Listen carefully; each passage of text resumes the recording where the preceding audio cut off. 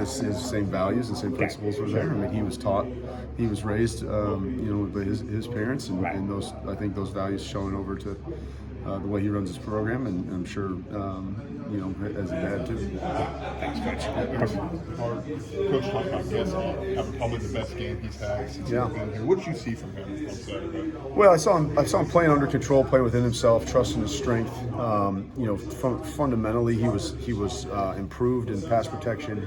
He moved his feet pretty decently. He had some really good movement and dents on the backside, especially as we got down to the low red area.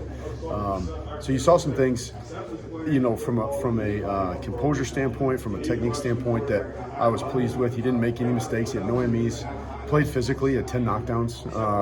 And graded out, his assignment was really high. And that's one thing Geske has struggled with, is consistency with some of his MEs. He's had some MEs in the past, and to play a game like as clean as he did against that front, I was proud of him. Yeah, what would it tell you about him to kind of rise to? I mean, Mason Graham's good, Kenneth Grant's good. To rise to that level in that particular moment. Really pleased with him and showing what he can do. I mean, he played really well at Nebraska, and it was another similar challenge with Robinson and Nash and those guys, right? And so when you play in top-level defensive players, can you rise to the challenge? Can you get those guys going and perform, right? Knowing, right, you're in that type of game. And so, his answer to call was pretty good. I challenged him at Penn State. Obviously, he wasn't in there on that one drive. And, I didn't think he started the game well that game.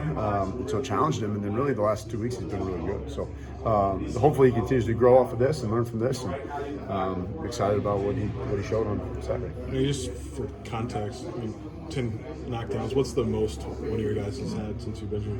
Since I've been here, I think Doug Kramer had a 19-1 against the first Nebraska game, and he had 2 or 3 plays where he had 2 in a row. Like he had 2 on that play, so he doubled up quite a bit. Isaiah had a 17-1 one year, and then a couple of those guys House's had 10, 12, something like that. If you're in double digits, that's what we want. That's our goal, right? That's pretty spectacular. So, I used to give Doug I had 14 against BYU my senior year, so I used to give Doug a hard time about that, and then he pulled off like a 19-1 one time. I was like, God dang, man. So no, it was good. You want those guys finishing blocks, and the idea is you're the one that physically put him on the ground, right? And you can't just trip or fall or whatever. You're the one. He's on the ground because you put him there, and it could be a cut, it could be a pancake, it could be something of that nature. Pushing over the pile counts as long as you're the one providing the force, right? But I thought he played really physically, and against those two is impressive. What's kind of the idea behind the kind of tag team you got going on at right guard? Trying to find the best one, and a guy like Zai's played a lot of football for us, and I thought there were some inconsistencies early in the year, and Brandon Henderson is a really talented player that doesn't have a lot of true inline experience, and he's dabbled here, he's dabbled here.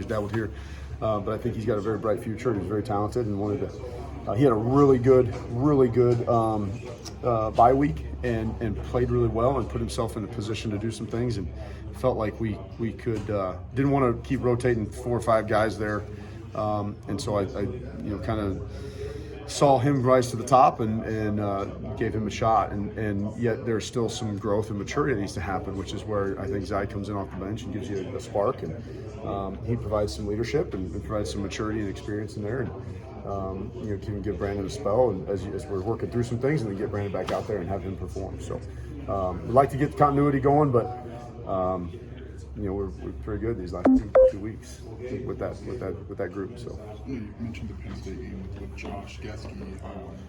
How much do you think he could take from that against that front, and kind of learn from that and build off of that? Yeah, I think the line can learn from that game quite a bit. Penn State's a phenomenal defense, and their defensive front was really good. They do a lot of things, and so it was hard to prepare, and they moved a lot more.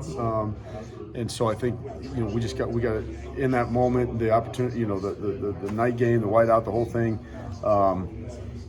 The way it kind of transpired. We're going in to score for the lead, and obviously everybody knows what happened. And I think after that changed really the dynamic of the game, maybe even the confidence of the offense at times. and I think we can learn obviously how to handle adversity, how to handle that moment a little bit better, how to handle the. I mean, we did it against a defense that's just as talented, if not more, maybe consistently across the board. Those two in front are some of the best I've ever seen, and I thought they answered the call. So learning that, accepting that, right, knowing, hey, you want to get to the next level. Those are the guys you're going to be playing against, and for him to kind of know that and grow, and the whole line to grow from that is what we're looking for. Does Oregon show a lot of different fronts Yeah, at you in different blitz packages? Yeah, they're very multiple, very talented defense. Very skilled. They got a good defensive line as well.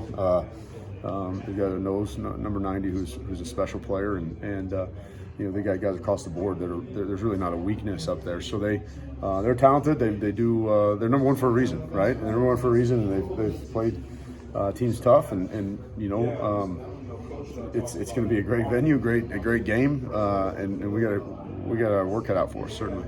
Coach Illini talked yesterday about communication being key with Kreutz kind of being the captain of that group. Mm-hmm. What's his role against a team that is complex defensively like that? Well, we got to keep our composure, right? I mean, it's different to identify something and then to make a call or to see something real quick and get excited and maybe bark something down the line. Well, it gets a guy to jump, right? Things like that. So just composure, your poise in those situations with all the crowd noise and everything else. It's I've been to Oregon a bunch. I've never played there, so I don't. I think I've heard a lot of things, loudest stadium in the country and all the above. But we are worried about kind of our poise and our composure, our communication, clear, concise.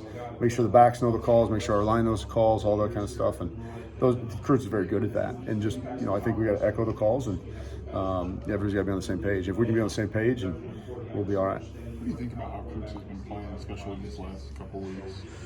I think Kreutz is a special player, and I think he's played well. Of course, every go down the line, everybody's got some plays that you want back, and for him, it's little things to improve on and critique. Like there was a combination on Saturday where he's fit on a guy and then gets kind of turned instead of coming off on the linebacker, and he needs to be able to do that, right? But it's a secondary fundamental. It's a high level fundamental, but he's that type of player, and so those are things we're working on with him, and continue to improve. But he's very coachable. He knows.